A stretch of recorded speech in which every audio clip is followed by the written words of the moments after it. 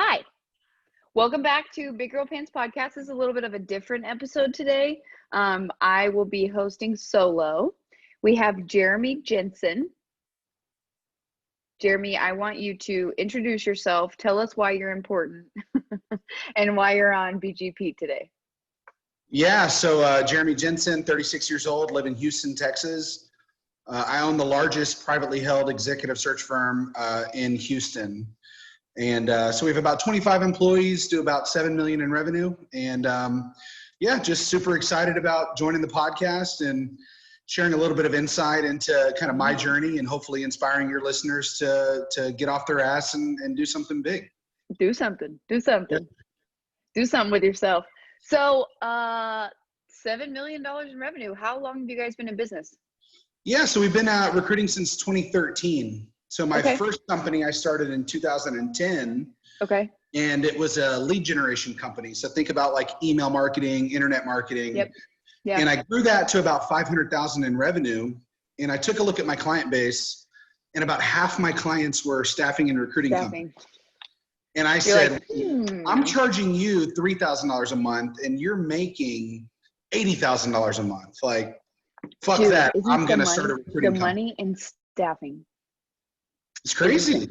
It's crazy. I have people that work for me that make $500,000, $600,000, $700,000 a year. I know. It's unbelievable. I mean, yeah. So for those people who are listening, I'm in staffing. I'm a business development manager, which basically just means a salesperson.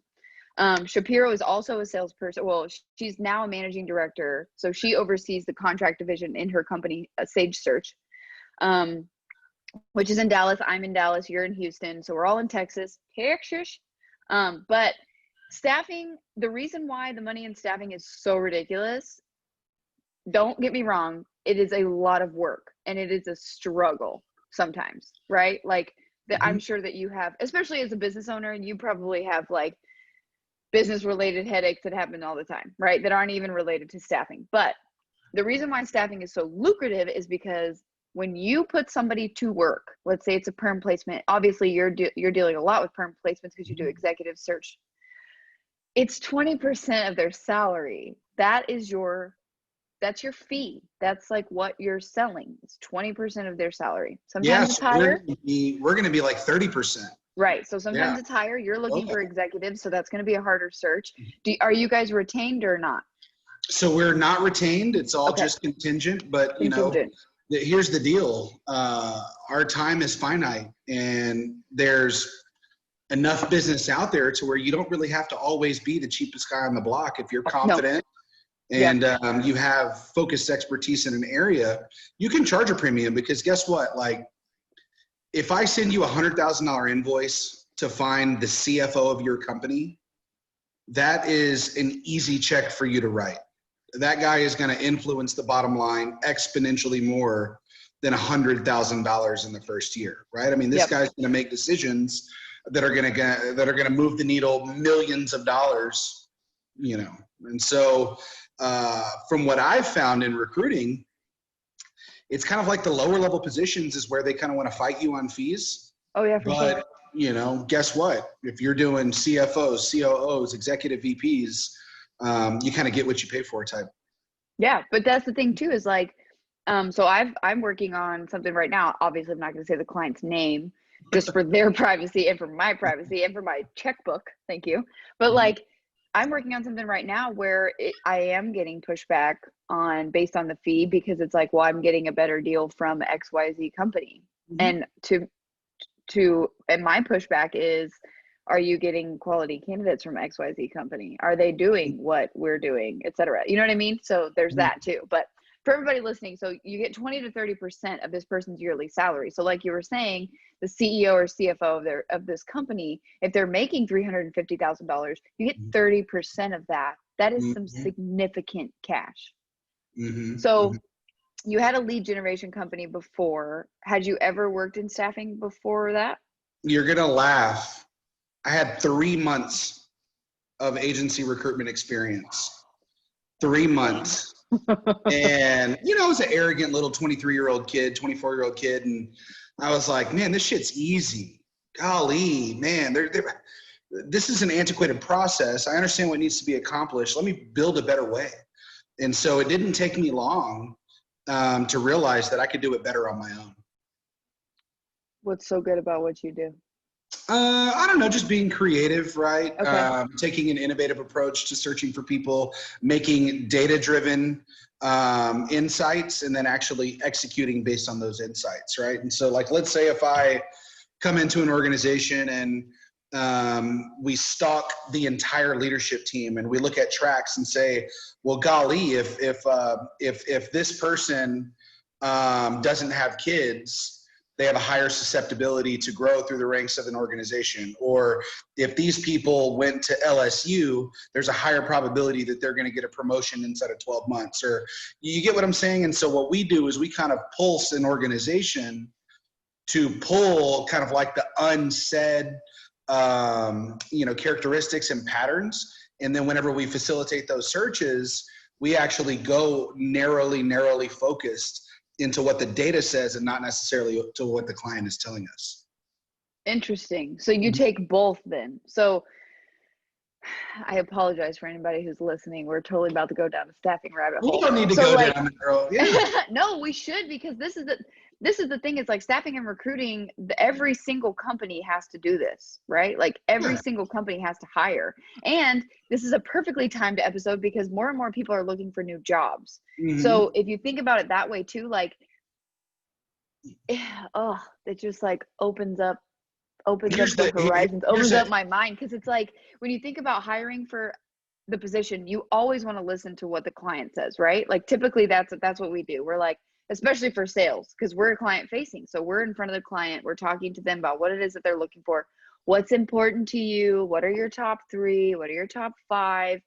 What is so key about this role that you literally can't budge on, right? So I don't even listen to what the client says. I listen to what the client says, okay? But you got to remember, the client is telling HR the same thing. They're telling internal hiring managers the same thing. And the reason why they're coming to us is because they haven't had any success.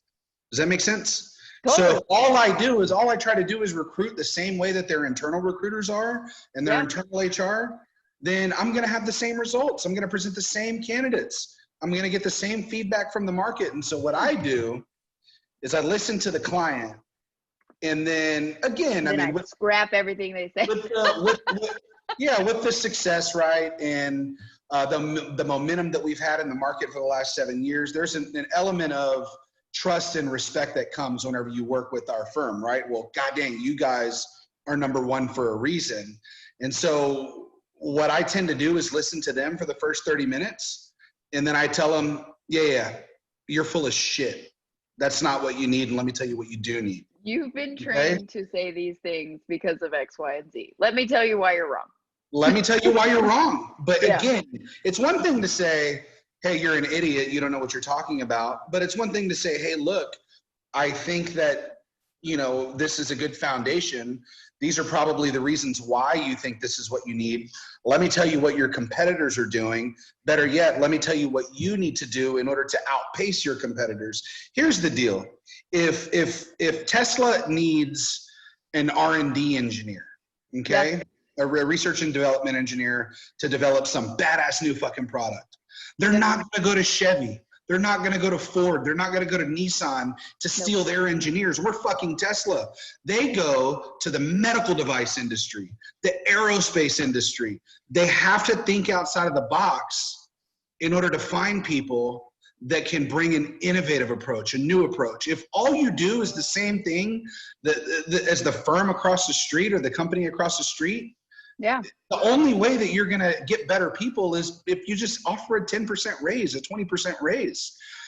Companies aren't willing to do that. If you're making 170 over there, come over here and I'll pay you 210. No, you have to think outside of the box on how we're going to get somebody that's a true A-player stud, but it's atypical. It's not the exact profile of what they thought that they needed. And you tell your clients this all the time? Absolutely. And what do they say? They say, damn, Jeremy, you're absolutely right. But again, I give them the blueprint, right? I'll give them the blueprint. I'm not just shitting all over them. No, of course. I'm saying, hey, this is what I think you need, and let me tell you why. So my educational background is not in business. My educational background is in mathematics and data science. And so I have a very kind of problem-solving approach to every single search that we do. Last year we had 176 placements. But 176 all perm, all executives? All perm, all 150K plus roles. Yep. Damn. Yep. So that's a lot of money. That's a lot of money, man. Yeah, yeah. Well, my wife got half of it, my ex-wife. So hashtag dated. Hashtag big D.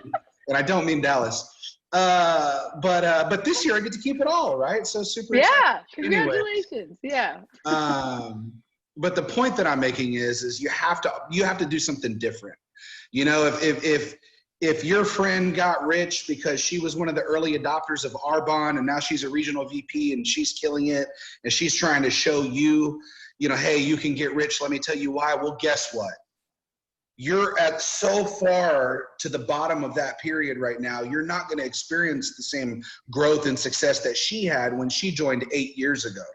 But you're doing things because society tells you, well, she got rich doing that way. Let me do it that way. Yeah. Well, guess what? That's not going to happen. You got to find the Arbonne of 2021. Yep. Okay, what's that new product? What's the one where you're going to help, be an early adopter and kind of create that own downline, right? And so you always have to be looking for what the new best thing is. You got to constantly be networking. You got to take cold calls and hear them out. And you got to kiss a bunch of frogs to realize, like, holy shit, this is a great idea. Let me do this. You know what I'm saying? Absolutely. That's about to be your dating life too, by the way. I don't know if you know this. So ask anybody that knows me. My dating life is pretty incredible. That's good. That's great. Yeah, but I'm a digital marketer, right? I said I started a lead generation company in 2010. Yeah. I have a big LinkedIn following. I think I've got 45,000 followers there. That's Every post I get anywhere from 1,000 to 6,000 likes and a bunch of comments. But I've kind of cracked the code on Instagram to where if you publish relevant content and you have an ecosystem of followers that are in your geo market that fit your target demographic that you'd like to network with, and in the dating world, networking is patio bars, right? But I don't have to slide into anybody's DMs because on any given day, they're the ones sliding into mine. Creepy. Yeah.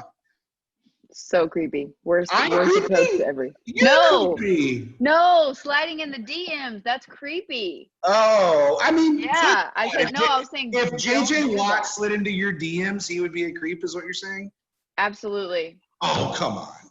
Absolutely. He can slide into my DMs. No, man, this is so funny. There's strategy. You don't slide in the DMs. You comment, you make it public, it's known, you say something, and then you go from there. Like sliding in the DM, what are we talking about in the DMs? Why has everything got to be private? Why has it got to be on the DL? No, man, you make it public. And then it's like, this is definitely not a turn that I thought I was going to go down, but whatever. Sure, well, I'm putting on my big girl pants right now. Let's hear it. I know, you got this. But it's like, and I've talked about this before too, and I've talked about this on the podcast, like in the early episodes before I started dating my boyfriend. I went on a lot of dates, but to be fair, like prospecting is sales, right? So dating is the same thing. You have to prospect, you have to go out, you have to take the meetings, right? You have to go on the dates, you have to meet the people, and they were never not a good time. It was always a good time, but whether or not this person and I are going to do business together depended on the interaction and how the meeting went, right? Sure. But it's like, if you don't go out and do it, if you don't go and talk to people, if you don't do the prospecting, then you're never going to meet your person. You're never going to meet your person, right? But sales is the same thing. Like, you still have to pick up the phone. You still have to call people. You still have to do the work when it comes to it. Because people are like, oh, dating sucks. Like, I don't want to, dating is so hard. Yeah, it's definitely hard. So is sales. Right? Sales is hard. Sales is stressful. Sales is like the roller coaster of emotions. Same with dating. Like, I think eventually I will probably write a book about like what sales taught me about dating, because it was people read books. That's the thing. You're going to write a book, really? I mean, I listen to audiobooks. I know. So So what you're saying is you should publish a video? You should develop relevant contact for social media? Yes. Absolutely. I would totally do that. But yeah, but long story short, you go into these organizations and you tell these CEOs basically the business. You give them the business. You tell them, this is what's going to work. This is what's not going to work. This is what I'm doing. This is what your competitors are doing. And this is how you're going to find the people that you need. And the struggle is with staffing is that you're right. You're absolutely correct. And I can't believe you only had like 3 months of experience. It blows my mind. Oh, and now I've got 7 years, right? I mean, right. But I mean, I like wasn't before. Savage 5 years ago. Yeah. I owned a little $800,000 firm. Yeah. Yeah. The way you get to the next level is by developing that savagery. Exactly. Which is insane. That's awesome. Cause I can't lie.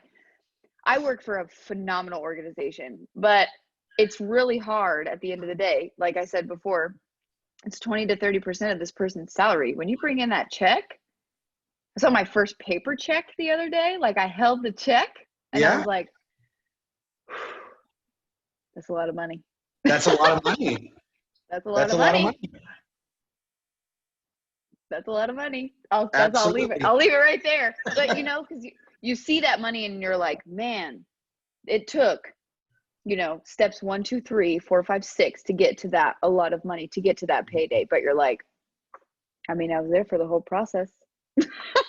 Absolutely. You know, the funny thing though about money, and I was on I'm on the board of a nonprofit here in Houston called the Entrepreneurs Organization. And we were having an EO board meeting. And one of the icebreaker questions was, tell me something that an adult told you in your childhood that left a lasting impression. Okay. And one of the guys that was there, his name is Chris Light. He owns a very large medical testing facility here in Houston.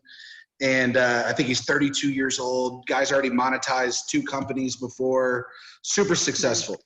Yeah. And when he was just getting started in his career, he was doing a presentation about the features and benefits of a specific medical device or something. And he was kind of skirting around how much it cost, because in his mind, it was very fucking expensive. And he didn't want to scare off the prospect. Right. So his boss brought him aside, who ended up becoming his mentor. And he basically told him, he said, Chris, let me teach you something that somebody taught me very early in my career, and I really want you to soak this in. He said, if you're not comfortable talking about money, you're never going to have any of it. 100%. And he said that made a huge impression on him in his career. And, I know you've got a diverse, listenership, right, of women and men, but obviously everybody that wants to improve and get better. But one of the things that I want to tell your listeners is if you're not comfortable talking about money, right? If you're not comfortable saying, this is what I'm paid, this is what other firms are paying, this is what, a friend of mine went over here and they got this, or Tommy got this, I think that I'm worth this, or I generated X amount in revenue, and through my research, I should be making 33% of originations. If you're not comfortable having those conversations with your boss or your boss's boss, that's what kind of creates that income inequality. Well, and not only with your boss or your boss's boss, but also like with your clients. I think that's because, and this is where it kind of turns more conversational versus like interview, right? But more of like, think about it. Any conversation that we have, and we've been taught our whole life, right? Societally, that it's a faux pas to talk about money. It's a faux pas to talk about how much you paid for your house, how much money you make, how much you paid for your car, how much you paid for that. Like and I don't care. Like, I don't care who you are. I'll be like, how much you pay for that? How much was that? How much you pay for your house? I don't care. Like, absolutely. What does it matter? Why is it such an issue? And because in our business, you're an arrogant person and you're bragging, that's a different story. But if you're just inquisitive because you want to know how much shit costs, because that's fucking awesome. How much do I need in order to acquire that those Louboutins or that Louis bag or whatever? I want to know. Exactly. How much did you pay for that? And you can tell the difference between someone who's naturally inquisitive and is genuinely curious versus someone who's like, oh, how much was that? How much did that cost? How much did you pay for that? Like, there's a huge difference. Is that your Karen accent? This is my Valley girl. This is the Valley girl accent. Yeah. Okay.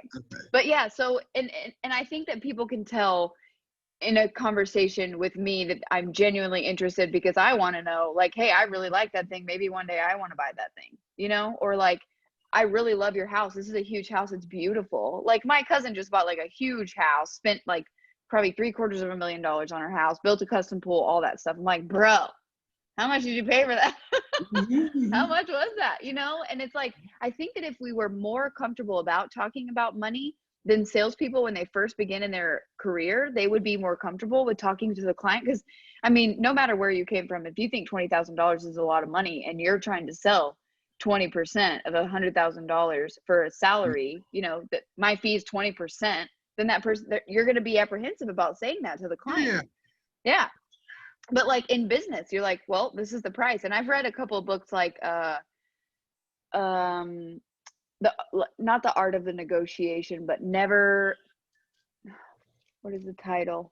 I haven't read a book. I haven't read a book since 2004. So I listen to audiobooks. So I pay people that read a lot of books, and then they tell me what they got from it. I pay them to give me the summary. Yeah, and then I listen to Blinkist, 15 minutes. What's that? Like a it's like audiobooks in 15 minutes, truncated. Oh, all right. So I'm way too ADD to listen to. I listen to audio. I've listened to an audiobook right now called Nurture Shock, and it's about like having tough conversations with your kids. Ooh. Really good. Really good. So how many kids do you have? Just one. She's 5. She'll be 6 on Friday. Oh, wow. I've got 3 kids. I didn't mention that. 8. Yeah. 8, 5, and 4. All boys. Studs. Oh, wow. All boys. So curly blonde hair, just like their mom. Little studs. Oh, my gosh. Yeah, Chloe is like a mini version of myself. Oh, really? Oh, for sure. Sass and all. She's like 10 times worse than Sass, though. We're working on it. But no, there was the book that I'm reading right now called Nurture Shock. It's about like having tough conversations with your kids about money, about race, about society, about all that stuff. It's super good. But I'm listening to an audiobook, so I'm not like technically reading it. Sure. But yeah, like I listen to these books like it's not the Art of Negotiation, but it's something. It's like Never Split the Difference. That one, where you like, it teaches you how to like pause after you give the price, you know, just shut up. Absolutely. That's the price. You say the price, like the fee's $20,000. Nothing, you know, like, and I think that when you do not have a healthy relationship with money and talking about money publicly, like, yeah, sure, maybe you talked about it in your home growing up or whatever, but we don't talk about money. We don't talk about money. Well, that's completely going to skew your sales career, because that's all you're literally going to be talking about is money. So it's like, if you don't have that comfort or that ability to discuss finances like that, you have to work on it. Like, you have to work through that. And you have to be very point blank there. Remove the emotion from the conversation. There's that ain't your money. That's their money. That's their money. Not their money. That's their company's money. You know what I mean? And like, I'm here to make money for my company. So I need $20,000 from your company so that I can do my job for your company. So that I can make money for my family. Thank you. Absolutely. So I can get my cut of that commission. Thank you. But yeah, that was a lot of things. That was something too that I noticed about like green salespeople. And as I've been in staffing for 5 years, but I started in like, you know, very low level, non-clinical healthcare revenue cycle stuff. And then I've eventually worked my way up. I now sell IT, accounting and finance, and HR. Okay. So anybody that's in that realm. But yeah, it's definitely been a learning curve for me, a learning process for me. But I've learned a lot about the more I learn about psychology, the more I understand like selling, because you really do have to identify like why people are leaving, and not just, you know, my prospective candidates, right, that I'm trying to send out to a company or whatever, or my clients, but like also working with other adults in the office. Like, the more you understand their psychology, things are going on in their personal life, whatever, the easier the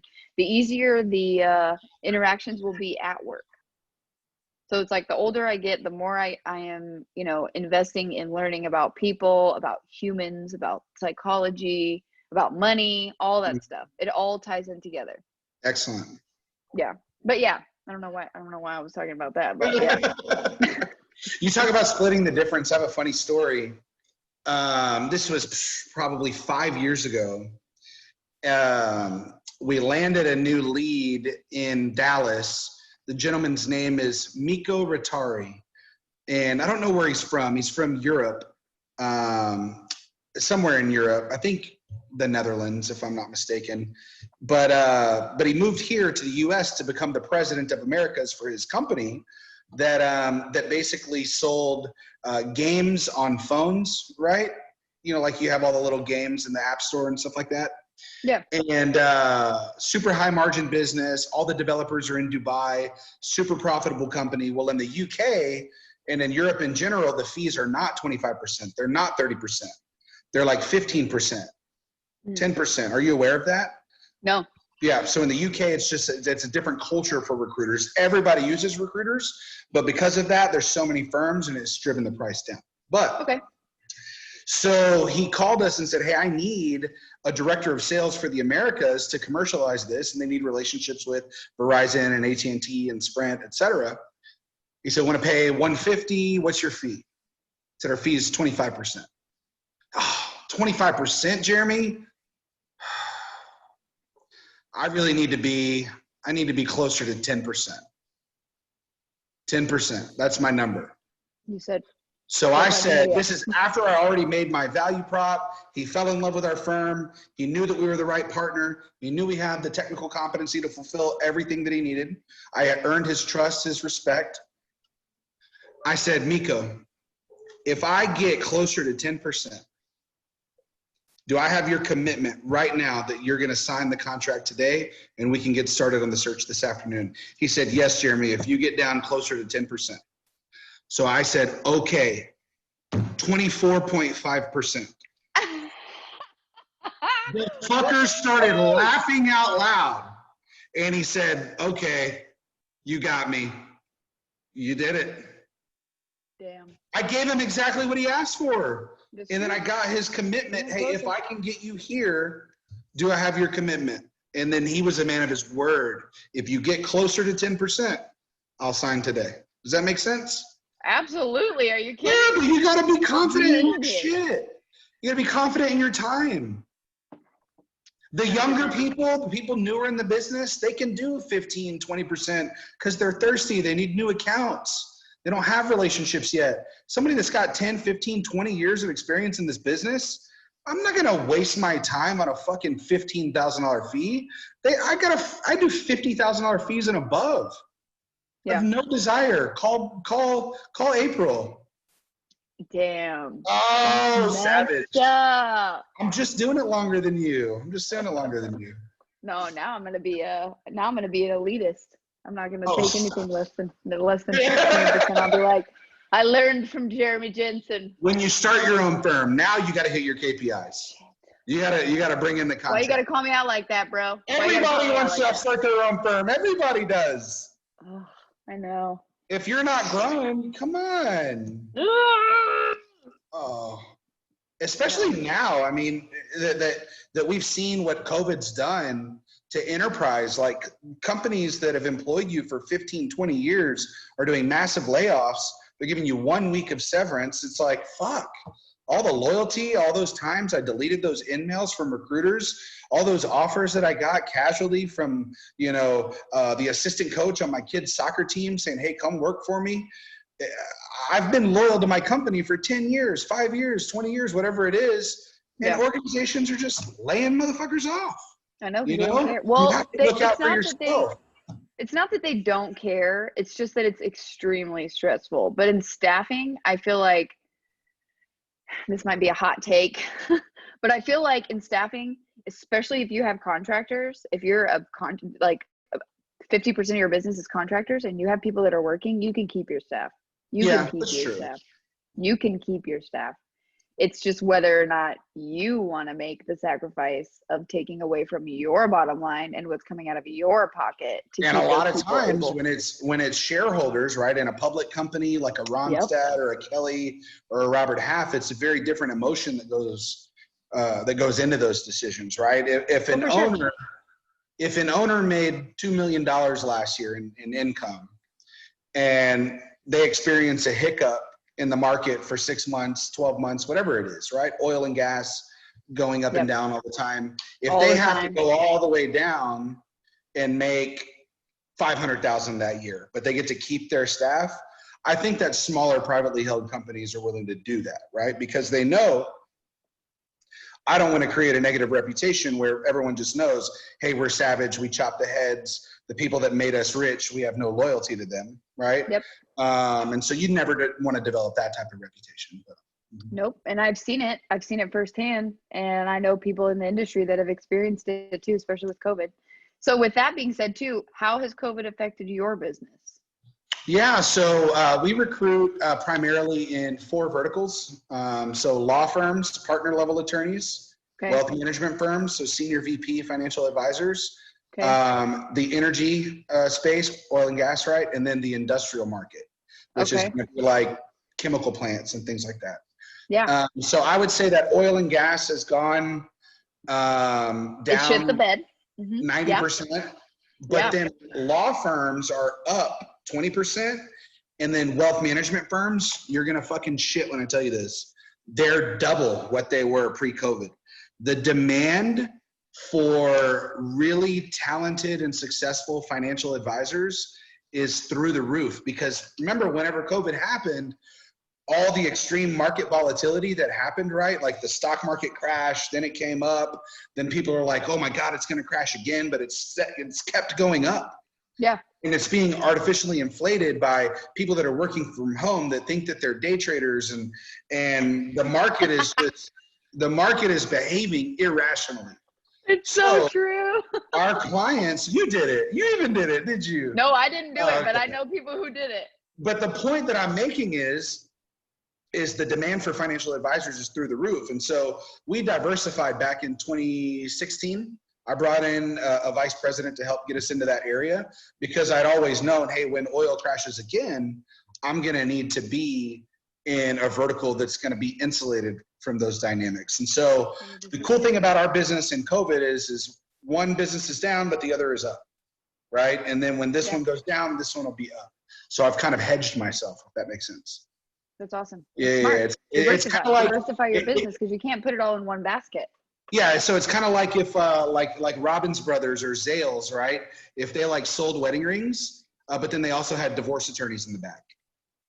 You gotta hedge yourself, baby. I bet they do, man. I bet they do. That's smart business. 100%. You already have all the contacts. You're the one that got them into this fucking mess. Bro, you got your clients. You already have pre-clients. Hey, we sell engagement rings, but also whenever you need a divorce attorney, call us. Yeah. We got this buyback option. We got you, boo.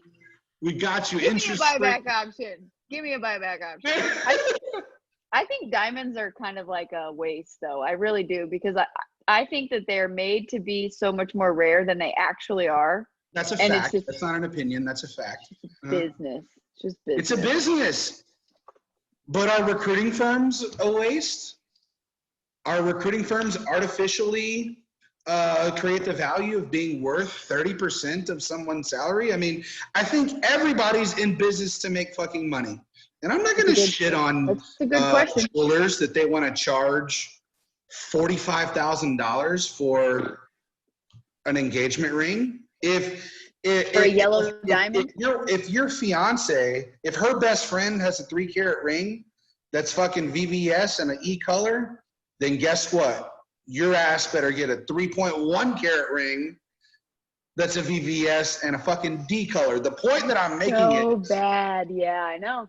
The point that I'm making is society. Yeah, I know. Society tells us where we're at. It's so funny. Who was it? I think it might have been Mark Cuban. It could have even been Donald Trump before his political career. But whoever it was, they said, hey, look, like money is irrelevant. Like I have so much money. I'll always make money. If I lost everything today, I could fucking rebuild it tomorrow. He goes, the reason why money is important is because it helps me keep score. It helps me keep score on how well I'm doing, but better yet, how much better I'm doing against my peers. It's like a and thermometer. So it's weird. Like I'm sure Bill Gates doesn't think that way. I mean, the guy donates millions of dollars every year, right? But he's not a salesperson. Like you and I, we're salespeople. Mark Cuban's a salesperson. Bill Gates is an engineer. Yep. Right? Zuckerberg's an engineer. Bezos, I don't know. I know Elon Musk, engineer, right? These guys are very innovative. And Elon Musk just sold all of his properties. He doesn't care. He's like, I don't care about all that stuff. He can't care. Because anything you have, at that point, if you're a Bezos or an Elon Musk, at that point, if you have all these things, people are going to find out. They're going to know where your house is, what you're driving, whatever. And they're going to mess it up because they're jealous. Are they? Is that really a thing? No, he really did sell all of his, he really did. He sold all of his homes. He rents like one, I think, like as his rental properity or whatever. But yeah, he sold all of his stuff. He was like, I'm over it. I'm so done. I'm so done maintaining all this crap. He's staying at a hostel next week. He's like, fuck it. He's backpacking through the South. He's about to be Keanu Reeves, like riding the subway and stuff. He don't care. Oh, it's so funny. Yeah. But I heard another quote. They said, in New York is the only place in the world where somebody drives a Rolls Royce to a meeting to get financial advice from someone that took the subway. Oh yeah. That's funny, right?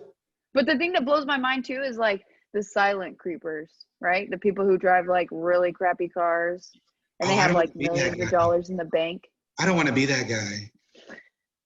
No, I grew up poor AF. Me too. Like I want motherfuckers to know that I'm good. Now I spread the wealth. Right, I've hit very well. I pay my employees very well. I throw big, elaborate parties. What can I bring? Bring a fucking smile. That's what I tell them, right? Yeah. I'm here to spread the wealth, but I'm gonna fucking show you that I'm the best at what I do. Yeah. Because if people know that you're the best, all that's gonna do is snowball and help you create more revenue. If you're a fucking realtor, and you drive a $150,000 Mercedes, what perception is there in the market? You sell a lot of fucking houses. Oh yeah. You're good at what you do. You're good at what you do. Yeah. So then when it's time for me to sell my house, I want to go to her. I don't want to go to the attorney that's driving a fucking Camry. No. I want to go to the best. Yeah. Yeah. So with that being said too, like what do you think, aside from being blatantly honest with your clients, what do you think is your differentiator? Like what is it about your company or your business or your outlook that is different from everyone else? Because I feel like mine is, and this is me, tooting my own horn here, I feel like my differentiator is that I actually legitimately care about people, but I care enough to tell them the truth. So like if I'm not able to help them, I'm not going to waste their time. I'm not going to say I'm probably not the person for you. Or I'm not going to say, yes, I can absolutely help you hands down 100% all the time. I'm going to tell you, I can't help you. I'm probably not the resource for you, but here are some other people that you can reach out to or other companies that you can reach out to. What do you think your differentiator is? So ours is very easy. So there's two answers to that question. The first answer is EOS. EOS stands for the Entrepreneurial Operating System. It's a business framework that was created based on the principles that were outlined in a book called Traction by Gino Wickman. Okay. And so we implemented the EOS system back in December of 2017. And it's been a huge process since then. We've gone through so much change, so much transformation is what I'll call it. And it's been really for the better. But we couldn't have EOS if it wasn't for the second answer to that question. And the answer is Scott Kelly. That's the president of my company. So this was a young man that had been with his firm for about 5 years. He started off as, like a $40K account manager. And by the time I recruited him out, he was making $150K as the director of sales and operations. Okay. But the challenge that Scott was having at his old firm was he had influenced so much change, and he was so smart and intelligent and so loyal and hardworking, and had always just sacrificed everything in his personal life to create an impact for the bottom line at his company. But they never gave him the VP title because he was 29 years old. Said, you're too young to be a VP in this organization. And so 3 times they actually went outside, hired a recruiter, boom, hired a VP, guy was fired 6 months. Boom, hired a VP, guy was fired 6 months. The whole time, Scott's there to pick up all the pieces, right, as the director. So then when I met him through a group called Vistage International, which is like a peer-to-peer advisory group, and I started to learn a little bit more about his process and his ideas about building a scalable company, I basically said, dude, you're a fucking beast, man. How much money do you make? Right? To bring it back full circle. He said, literally, right off the bat. Yeah, this year I'm probably pacing to do 138, you know, next year probably 150, 155. I said, no shit, dude. I was like, man, you could make way more than that at my company. And so I kind of planted the seed there. Yeah. And then it was maybe like July of 2016. Yeah, it was right about then because we just had our 3rd child. We were driving back from Savannah, Georgia on a road trip with 3 kids. A blast. And like we were like, you know, going at it and like we saying we're getting a fucking divorce. This is the last straw. And I called Scott and I said, Scott, I need a beer. And he came over and I started venting on everything about my business and my relationship and, you know, everything that was folding. And he was like, man, you must be losing a lot of money. And I said, what are you talking about, dude? I made $500,000 last year. He's like, you have all these fucking problems and you're experiencing that much financial success? I said, yeah, absolutely. I'm really good at what I do. He goes, what would happen if you brought in processes, systems, accountability, coaching, development, resources, training, all this shit that we didn't have? Then what could you do? Maybe you could focus on being a good husband. Maybe you could maybe you could focus on being an engaged father, right? Yeah. These are all things that could absolutely happen if somebody could come in and kind of take the burden off of me being an individual contributor inside of $1 million company, right? Yep. And so I hired Scott as VP, right? That was the main motivator. I got to be VP on day one. And then he got promoted to senior VP. Then he got promoted to executive VP and COO. And in January of 2020, he was promoted to president. And I would say that Scott doesn't run a book of business. He doesn't have the client relationships. He doesn't do business development. He doesn't talk to candidates. By design. What he does, by design. By design. By design. And why is that? He wants to maximize the profitability and the efficiency of each and every one of people in the everyone else. That's the one. That's the one sorry to cut you off. That's the one issue that I see in staffing is that the leadership also manages a book of business. You cannot properly train and grow.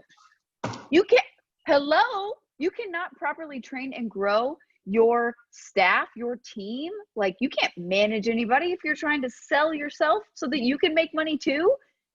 That's not in your best interest. Like, I want to make you better than these. You steal my fucking accounts and my candidates?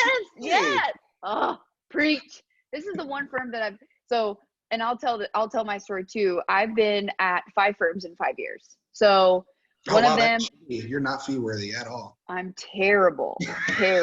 The worst resume ever, right?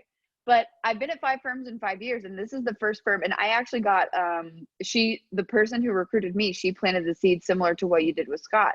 We went to lunch one day. She was like, how's it going? Where you are, whatever. And I was like, it's insanity. Like, the last firm that I was at, and I will not say the name, I will not put them on blast like that, but I will say that they do not have a great reputation, and I wasn't aware of this. But the firm that I was coming from when I went to that firm had just been acquired.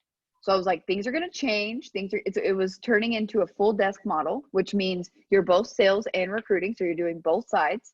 And I didn't want to do that. And I didn't want to sit at a desk all day. I love being client facing, which thanks COVID. I love being client facing. I love being in front of people. I love, you know, taking people out, taking them to lunch, walking in candidates on their first day, taking breakfast, taking cookies. Like I love doing all of that. And I also love like that I get to hand off the recruiting piece to people who are professionals and paid to be recruiters, not salespeople in training, but actual recruiters. So when I was with this organization, I was so ready to leave, but this, and the commission structure was absolute garbage. But she asked me to go to lunch, and she proactively recruited me. She planted the seed. And then when I came here, I was like, wow, my leadership doesn't have to manage a book of business. And they only want what's best for me, because they know if they take the time to train and mentor and nourish and grow their salespeople, that it only does better for the business. So my boss, my VP, gets paid regardless of, like, gets his base salary, not based on his business. Of course, he makes a little bit off of everybody, but if everybody is winning, his little bit gets bigger. 100%. It blows my mind that staffing companies would have a producing manager over a team of salespeople. That producing manager is not going to want to help anybody with their accounts because they're too concerned about their accounts. Like, how does that even make sense? That is not a good model. Well, it blows my mind. But yeah, I think now you see why we have to provide advice to people, saying stop doing it the same way that everyone else is doing it. It's not. You're going to continually fail. You're going to continue to have the same results. So we're on the same page. 100%. Blows my mind. Absolutely insane. But yes, I mean, I still feel like, yes, staffing is definitely required. It is definitely a deemed necessary business, only because, and it's funny that you mentioned, like, thinking about it, like, are we really essential? Do people really need us? Do we really, like, provide this much value, right, to charge this much money? And I think absolutely, because it's like, if you think about it, you give me this job description. I'm thinking about one specific client in general. You give me this job description. I go out and I match everything. They mesh well with your team. You bring this candidate in and it's like a perfect fit initially. Like, of course, it takes us a couple tries to get it right. It's never going to be the first one, or it could potentially be the first one, but for the most part, it's going to take a couple people just to make sure. But yeah. And especially for companies that don't have time to do their recruiting on their own. Like, think about your job. Like, how hard is it for you to consider, let's say you have 10 open positions. How are you going to fill those 10 open positions with all the other responsibilities that you have to do? I mean, I could hire somebody that's dedicated to doing it. That's one option. Oh, could you do that? Yeah. Is that how that works? Yeah, you could hire someone that's dedicated to do that, but you also want to hire someone who's an expert in whatever you're recruiting for. Absolutely. Right. They can ebb and flow with my demand, to where I don't have to pay someone $100K salary, whether I have 10 open positions or 2 open positions. Or one. Right. Yeah. Exactly. Yeah. It blew my mind when I found out how much corporate recruiters make. I'm like, geez, Louise. 80 to 120, right? Yeah. Yeah. Yeah. Is that high? Is that high or low? No, I'm saying, yeah, that's like, it still just blows my mind. I don't know that that's high. I'm just like, wow, they make that much money, but they're also, that's great. Yeah. But I'm saying, like, they make that much money, and then they're required. You think about the responsibility, because, other, like, recruiting firms and staffing firms are segmented into different industries. So you're like, whoa, wait, they're a corporate recruiter, but they have to recruit for the entire organization, whether it's IT or admin. Yep. How are you going to be an expert? Or C-level or engineering. Yeah. I mean, you got to be a generalist. Right. Yes. Yep. I feel like that would be really hard. I don't want to do it. I want to be corporate recruiters' best friends. I want to be, whenever they're like, corporate recruiter to lunch. Whenever corporate recruiters say, I have been trying this fucking search for 60 days. I'm banging my head against the wall. Call Jeremy. That's what I want to be.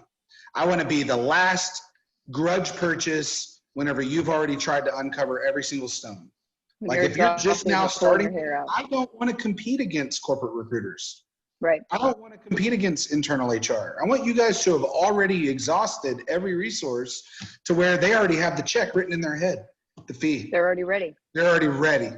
Call Jeremy. Fuck. How much have we paid that motherfucker this year? $600,000. Damn, we're about to pay him some more. Oh, I follow him on Instagram. I'm the one fucking paying for that Ferrari that he just got. Damn it. Damn it. Fucking Jeremy. That's awesome. But we're right at an hour, but if people want to find you, or if they feel like they know someone that could benefit from your services, I definitely want you to plug yourself for coming on here.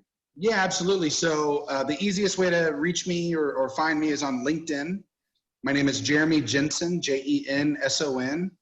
And I'm endearingly known as the GOAT on LinkedIn. So there's a little goat emoji next to my name. I'm that one. So I know. How did we even find each other? Just on LinkedIn, right? Yeah, absolutely. #professionals. Awesome. Yeah. Okay. So Jeremy Jenson on LinkedIn. Does your company have a website? Yeah, we have a website, but that's not the best resource. Just find me on LinkedIn. You can read all about what we do and the placements we make, and happy to provide any insight. One of the funny things that it's kind of like a rule of thumb for me is if you send me a message, I always reply. It's gonna be, hey, I'm not a good resource. I'm not a good fit most of the time, but I never ghost people, never leave people hanging, just because I don't like it when people do it to me. Same. I follow the same. That's like my go-to. There you go. I don't want to put anything out in the universe that I wouldn't want in return. So I make sure that I treat people the way I want to be treated. Awesome. Awesome. Well, I'm going to stop the recording. Thank you guys for listening or watching this podcast. I'll stop, but we'll keep talking. Okay.